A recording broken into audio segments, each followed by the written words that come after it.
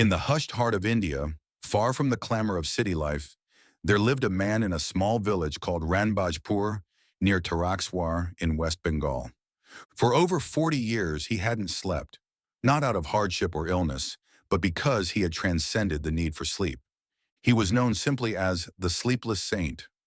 This is the true story of Paramahansa Yogananda's encounter in his youth with the remarkable yogi, Sri Ram Gopal Mazumdar, as told in the sacred pages of Autobiography of a Yogi, a chapter filled with mystery, light, and deep spiritual truths.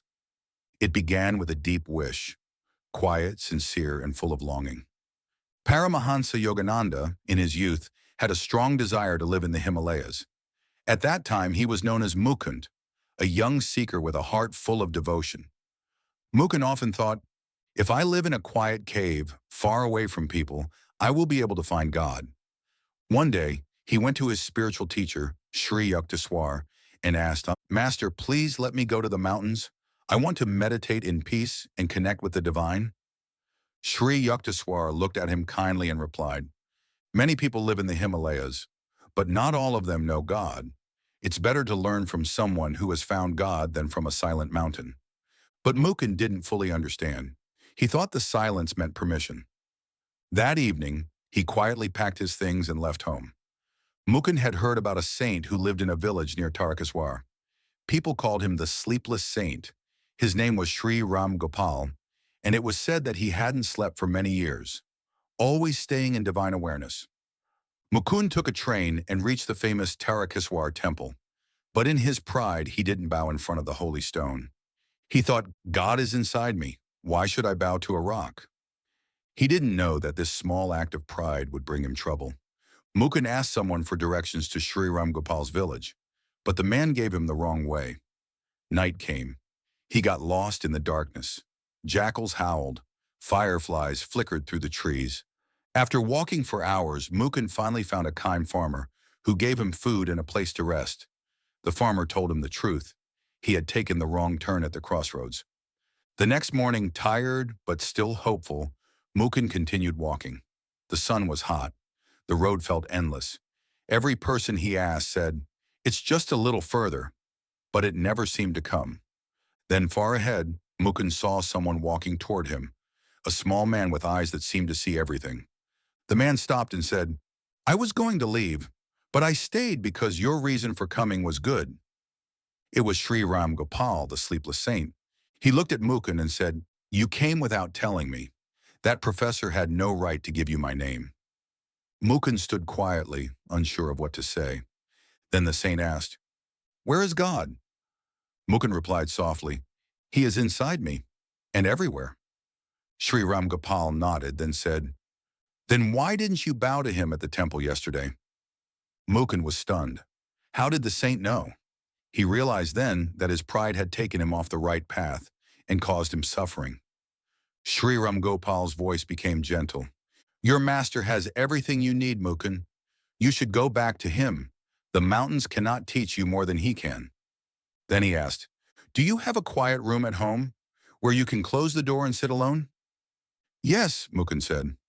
The saint smiled and replied, that is your cave. That is your mountain.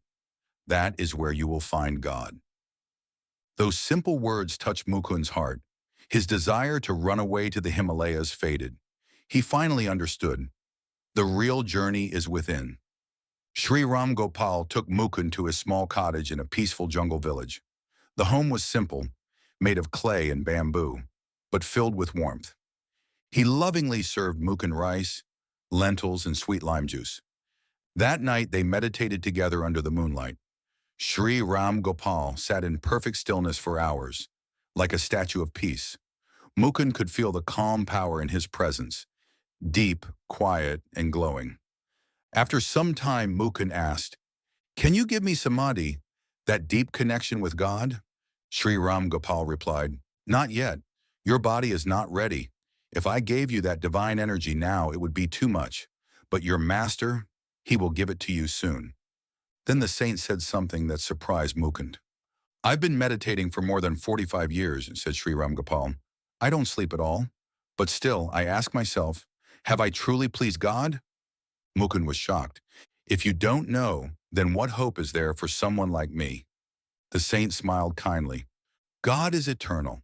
We cannot fully understand him so quickly, but even a little sincere meditation helps. Don't give up.